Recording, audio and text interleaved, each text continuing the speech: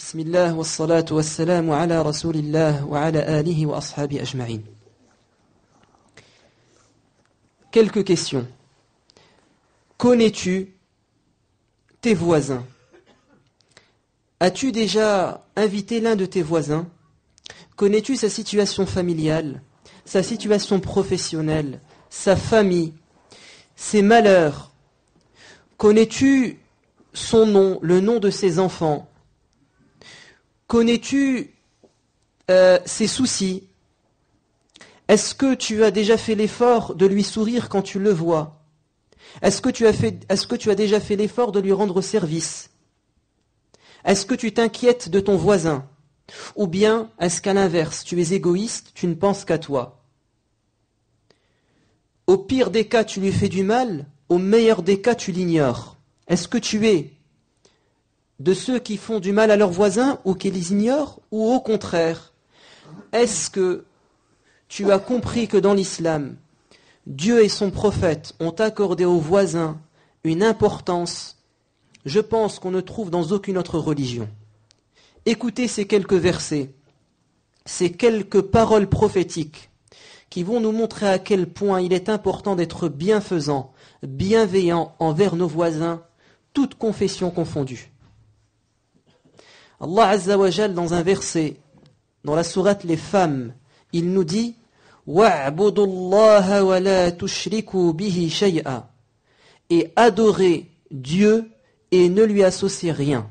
C'est-à-dire, ici Dieu insiste sur le monothéisme, si vous voulez la aqida, le dogme, et l'adoration. Ce qui le touche lui, qu'il soit exalté. Mais Dieu ne se suffit jamais de l'adoration. Tout de suite après l'adoration, il nous dit, vous devez faire du bien aux gens. L'adoration, la bonne aqida, elle doit avoir comme impact dans ta vie, un rayonnement sur les gens qui t'entourent. Si ta foi est forte, tu rayonnes sur les gens et tu leur fais du bien. Adorez Dieu, ne lui associez rien. Et faites du bien, soyez bienfaisants envers vos parents, envers les pauvres, envers les orphelins, et écoutez bien ce qu'il nous dit, et envers les voisins, qu'ils soient de votre sang ou qu'ils soient éloignés, qu'ils fassent partie de votre famille ou qu'ils soient étrangers. Al-jari dhil qurba ou al-jari al-junub, qu'ils soient de ta famille ou qu'ils soient éloignés de toi. Et on peut le comprendre autrement, qu'ils fassent partie de ta famille au sens de ta communauté, de ta religion, ou qu'ils soient étrangers à ta religion, qu'ils soient musulmans ou pas. Tu dois leur faire du bien. Abdullah ibn Amr ibn al-As, un compagnon, dit, quand il rentre un jour chez lui et qu'il trouve que sa famille a abattu une bête, un mouton en l'occurrence, vous savez ce qu'il leur dit? Il leur dit, avez-vous pensé à offrir une part de cette bête, un morceau de viande, à votre voisin juif?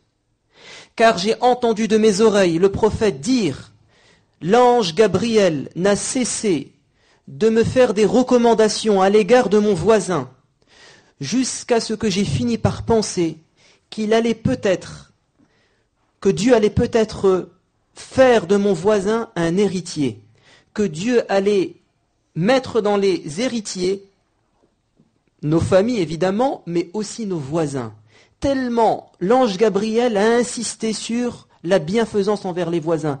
Il a tellement insisté que pour le prophète, il était arrivé au stade de la famille proche. Et il a pensé qu'il allait peut-être hériter. Le prophète alayhi salam s'est adressé un jour à son ami Abu Dharr al-Ghifari. Et ce compagnon nous dit, mon ami intime, mon bien-aimé m'a fait cette recommandation, m'a donné ce conseil. Ô Abu Dharr, quand tu fais cuire un bouillon, alors rajoute de l'eau. Et ensuite, cherche autour de toi un voisin à qui tu offrirais une partie de ta soupe. Ô Abu Dharr, augmente la quantité de ta nourriture. Dans la quantité, tu as pensé à ta famille, eh bien tu rajoutes un peu d'eau. Tu rajoutes de la viande, tu rajoutes des légumes, tu rajoutes de la farine. Et ensuite, tu réserves une partie à l'un de tes voisins. Et le prophète s'est adressé directement aux femmes. Et il a dit, ô musulmanes, qu'aucune d'entre vous ne méprise un cadeau à son voisin, aussi minime soit-il, même si c'est la pâte d'un mouton. Et à l'époque, quand ils égorgeaient une bête, la partie la plus méprisable dans la bête, c'était la pâte, n'est-ce pas? Parce qu'il y a très très peu de viande. Le prophète a dit, ne méprisez aucune œuvre de bien, aucun cadeau, même si c'est la pâte d'un mouton, et on dirait aujourd'hui, même si c'est une crêpe, même si c'est un gâteau, même si c'est un flan, je ne sais pas. Ne rien mépriser, parce que ce qui compte, c'est pas la valeur du cadeau, mais c'est le geste. Le prophète veut nous faire prendre conscience que c'est le geste qui compte. Et ce n'est pas que matériel, vous le savez. Ce qui touche les gens, ce n'est pas que matériel. Il y a aussi le sourire, la bonne parole, le service, le soutien physique et moral. Combien de nos voisins vivent des problèmes? Qui va les soutenir? On doit être les premiers à les soutenir. Le prophète, alayhi salam, au contraire, va nous mettre en garde contre le fait de faire du tort à ses voisins. Et les hadiths sont très durs dans ce domaine. Celui qui fait du mal à son voisin. Le prophète a dit, je jure par Dieu qu'il ne croit pas. Je jure par Dieu qu'il ne croit pas. Je jure par Dieu qu'il ne croit pas. Qui prophète? Dirent les compagnons. Celui dont le voisin n'est pas à l'abri de ses méfaits, de son mal. Si ton voisin n'est pas à l'abri de ton mal, alors ta foi est très faible. Alors ta foi n'est pas complète, n'est pas sincère. Et là, c'est le côté pratique de la foi. Parce que la foi, c'est pas que quelque chose qui est dans le cœur.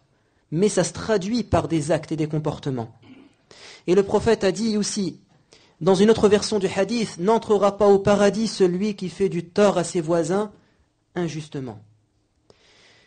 Et Abu Hurayra dit, un homme est venu voir le prophète et il lui a évoqué le cas d'une femme qui était connue pour son zèle dans l'adoration. Elle priait beaucoup, elle jeûnait beaucoup et elle faisait beaucoup d'aumônes. Et elle est décédée. Mais, dit ce compagnon, elle faisait du tort à ses voisins par sa langue. Le prophète a dit, elle est en enfer. Ensuite, les compagnons ont dit, et telle femme est décédée. On l'évoque quand on parle de quelqu'un qui fait le minimum dans la religion. Elle priait ses 5 prières quotidiennes, donnait le minimum donnait la zakat, l'obligatoire, et jeûner l'obligatoire. Mais par contre, elle ne faisait pas de mal à ses voisins. Au contraire, elle leur faisait du bien. Le prophète a dit, allez au paradis. Aïcha radiyallahu anha dit au prophète, Ya Rasulallah, ô messager de Dieu, j'ai 2 voisins. Je veux leur faire un cadeau. Par qui je commence? Qui a priorité? Il a dit, celui dont la porte est la plus proche de toi, ton voisin le plus proche. Vendredi prochain, 31 mai, nous sommes en France durant la journée, ça sera la journée des voisins. Vous le savez, le 31 mai en France, c'est la journée du voisinage, le jour des voisins. C'est une occasion en or, rêvée, pour nous musulmans, de faire du bien à nos voisins. On leur fait du bien toute l'année, mais là, c'est l'occasion rêvée. Vous savez, cette fête des voisins, qui en a eu l'initiative? En 1999, dans le 11e arrondissement de Paris, un homme, dont j'ai oublié le nom, a décidé de rassembler les gens du quartier. Il avait une association qui s'appelle Paris d'Amis, Paris P-A-R-I-S, d'Amis, et il a décidé d'inviter les voisins du quartier, dit-il, dans le but de briser l'isolement qui existe entre nous, entre les gens d'un même immeuble, entre les gens d'une même rue, d'une même ville parfois. On ne se connaît pas. Et au contraire, on se méconnaît et on se fait du mal. Et vous savez à quel point avoir un mauvais voisin, c'est nous pourrir la vie. Et avoir un bon voisin, c'est l'une des clés du bonheur. Donc vendredi prochain, tous à titre individuel, on va appliquer, Inch'Allah, l'une des sunnas du prophète. Et l'un des conseils qu'il a donné à ses compagnons, c'est de faire du bien à nos voisins. Inch'Allah, vous avez tous des voisins, voisins de palier, voisins de la rue, faites-leur du bien dans vos villes. Et nous, ici à la mosquée, Inch'Allah, vendredi prochain, on a déjà commencé d'ailleurs à inviter les voisins du quartier de Sabatier afin qu'ils viennent à la mosquée après l'Asr et qu'ils viennent partager un repas gratuit et qu'on fasse connaissance. Et qu'on essaie de quoi? D'essayer de changer les mentalités. La mentalité égoïste qui règne dans notre société. Mais aussi une nouvelle mentalité qui se répand aujourd'hui, c'est celle de penser que le musulman, c'est quelqu'un qui n'est pas comme nous. C'est quelqu'un qui est étranger. C'est quelqu'un qui est bizarre et quelqu'un qui nous veut du mal. Et chaque semaine, vous avez à la télé, à travers les médias, de nouveaux scandales qui touchent l'islam et les musulmans. Et on en souffre. Eh bien, on a l'occasion, durant la journée du voisinage, des voisins, de corriger certains clichés. Et vous savez, comme a dit le prophète, à quel point un petit cadeau peut changer les idées des gens. Donc, je vous invite tous, à titre personnel, de faire du bien à vos voisins et également de venir à la mosquée vendredi prochain, après l'Asr, avec, s'il vous plaît, des gâteaux, des cadeaux pour ses voisins, afin qu'on échange avec eux. Venez vous, vos femmes, vos enfants, et les voisins également, on leur dira de venir en famille. Donc, un petit mot à nos mères, à nos sœurs, à nos épouses. Faites des gâteaux pour ce jour-là et ramenez-les vendredi prochain à Al-Jumu'ah. D'accord? Comme ça, on aura le temps de les emballer, de les présenter pour après l'Asr. Et n'oubliez pas ce que vous a dit le prophète, vous, musulmanes, en priorité, ne méprisez aucun cadeau, ne serait-ce, on va le dire pour nous aujourd'hui, qu'une assiette de gâteau. Demain, Inch'Allah, samedi, vous avez les affiches qui sont déjà à la sortie. Il y a un festival dans le Pas-de-Calais, une journée entière avec des conférences, un repas et une soirée chant. Donc ceux qui veulent y participer sont les bienvenus. Vous pouvez voir les détails sur l'affiche. Allahumma inna nas'aluka hubbak wa hubba nabiyyik wa ittiba'a sunnatih. اللهم قوي إيماننا اللهم إنا نسألك إيمانا صادقا اللهم ألف بين قلوبنا اللهم استخدمنا لنصرة دينك وسخرنا لطاعتك اجعل أيدينا منفقة في سبيلك وأرجلنا ساعية إلى مساجدك اللهم إنا نسألك أن ترحم والدينا اللهم ارحم أموات المسلمين جميعا اللهم أعنا على تربية أولادنا أصلح لنا أزواجنا أصلح أنفسنا اللهم آتنا في الدنيا حسنة وفي الآخرة حسنة وقنا عذاب النار سبحان ربك رب العزة عما يصفون وسلام على المرسلين والحمد لله رب العالمين وأقم الصلاة